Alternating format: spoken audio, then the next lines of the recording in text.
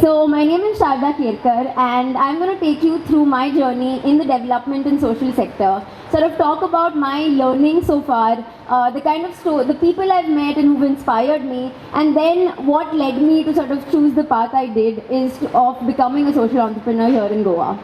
So that's me on a truck.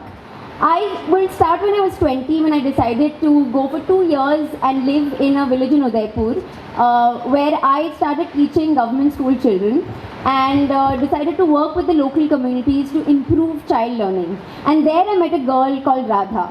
Now, Radha was basically 7 years old. Radha had a 2-year-old brother, she had a 4-year-old sister, and she had a pregnant mother.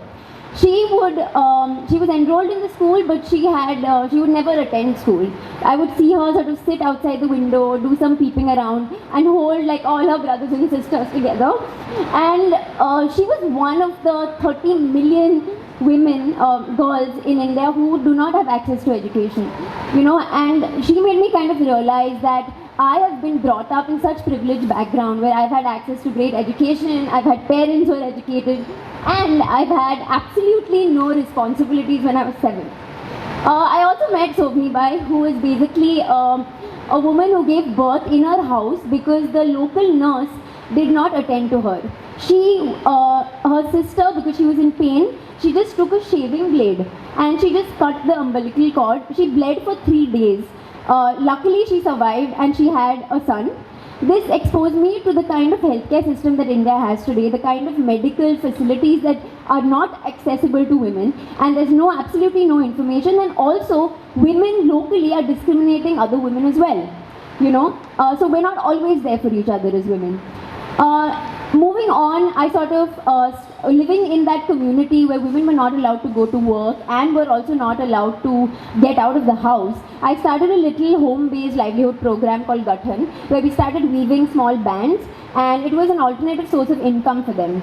For me, this exercise was so transformational because it was the first time I was taking an initiative which was sort of starting an enterprise, and I thought that, community enterprises definitely must cater to the needs of the community, and business models have to sort of at least try and attempt to address certain structural inequalities that we face today. These were some of the 3 women who I constantly worked with. Following that, I was a project manager with a non-profit organization where I worked with a program called Internet Sati. Now here 60,000 women who have absolutely no access to technology were trained to teach 20 million other women across the country. They were first-time digital literacy users, and it was shocking to see the confidence with which they delivered this program. And at one point, one of the lady comes up to me and says, दीदी मैं तो 7वीं पास हूँ, लेकिन आज जब मैं गांव में चलती हूँ तो लोग मुझे टीचर करके बुलाते हैं, लोग मुझे पहचानते हैं. And it is these access to opportunities that sort of allows women to be seen. And these are the opportunities that sort of let them not just be financially independent, but also sort of gain greater respect within their families and communities around them. I traveled to 500 villages through this journey, and I kind of saw such a different reality than the reality that I was brought up in. And that really changed me as a person, that really sort of made me question things.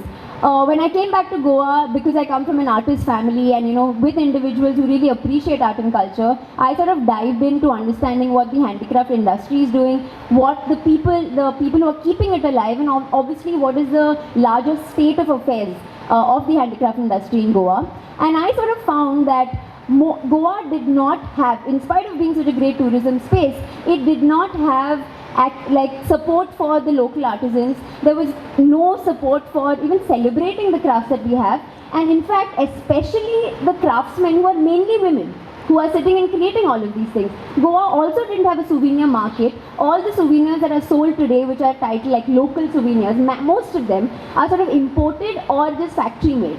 And we have so much. And so today I've started an organization called the Community Arts and Crafts Foundation, where we work with local communities. It's completely women-led to sort of create souvenirs that tell a story about Goa's history, Goa's past, Goa's present and future.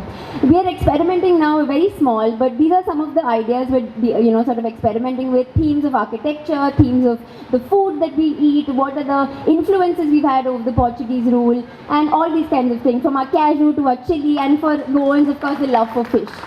As an organization, we really understand that it's a very exploitative sector, the handicraft sector. You know, you pay people by piece, and then there are all of these unfair practices that take place, and we are very aware of that. And so we want to build policies that do not, create this fair space for them in practice.